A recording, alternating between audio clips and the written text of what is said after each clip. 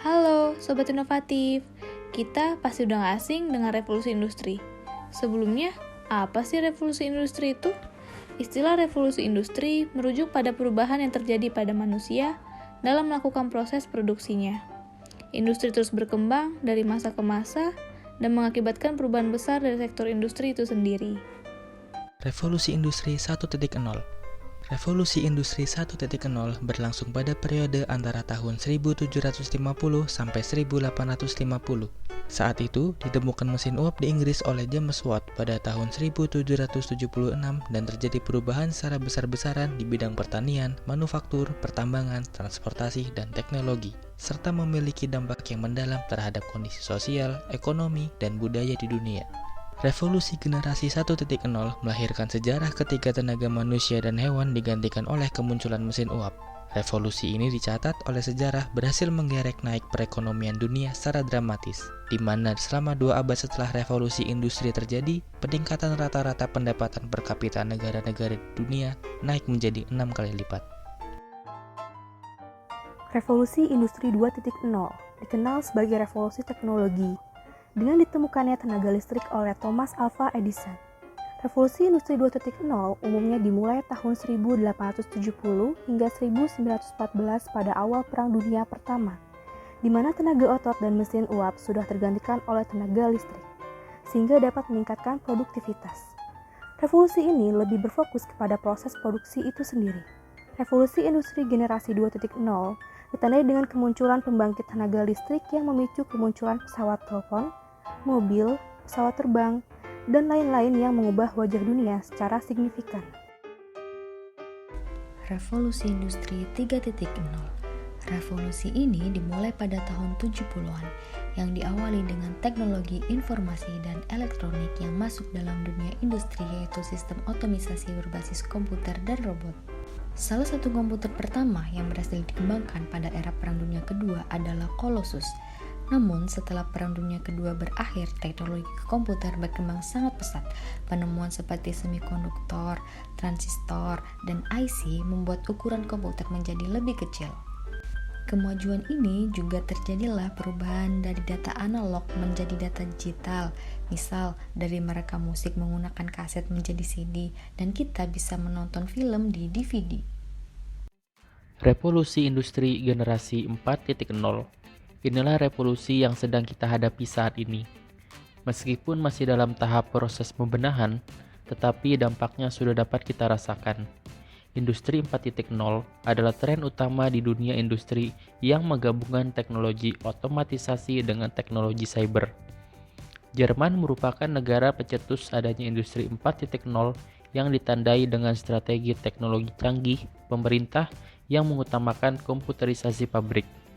Pada revolusi industri ini, tenaga manufaktur sudah menjadi tren otomasi dan pertukaran data meliputi sistem cyber fisik, kognitif, computing, dan lain-lain.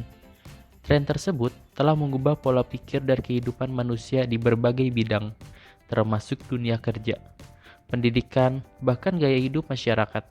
Singkatnya, revolusi industri 4.0 menjadikan teknologi cerdas atau robot sebagai pusat utama untuk menghubungkan berbagai bidang kehidupan manusia.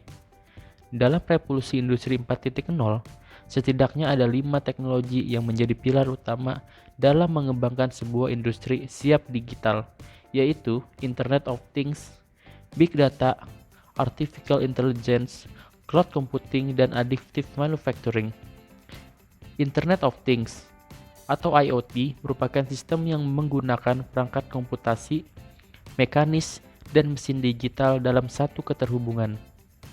Untuk menjalankan fungsinya, melalui komunikasi data pada jaringan internet tanpa memerlukan interaksi antar manusia atau interaksi manusia dan komputer. Contoh aplikasi IoT di Indonesia ada Goes, IoT untuk bike sharing, iFishery, IoT pemberi makan ikan otomatis, Glue, IoT untuk smart city, dan masih banyak lagi. Yang kedua ada Big Data. Big Data adalah istilah yang menggambarkan volume besar data, baik terstruktur maupun tidak terstruktur. Namun bukan jumlah data yang penting, melainkan apa yang dilakukan organisasi terhadap data.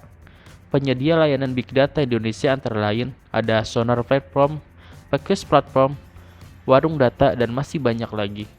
Yang ketiga ada Artificial Intelligence, yaitu AI. AI merupakan sebuah teknologi komputer atau mesin yang memiliki kecerdasan layaknya manusia dan bisa diatur sesuai keinginan manusia. AI bekerja dengan mempelajari data yang diterima secara berkesinambungan. Semakin banyak data yang diterima dan dianalisis, semakin baik pula AI dalam membuat prediksi. Aplikasi chatbot dan pengenalan wajah merupakan salah satu penerapan AI. Yang keempat ada cloud computing. Komputasi awan adalah teknologi yang menjadikan internet sebagai pusat pengelolaan data dan aplikasi, di mana pengguna komputer diberikan hak akses atau login menggunakan cloud untuk dapat mengkonfigurasi Paladin atau server melalui internet.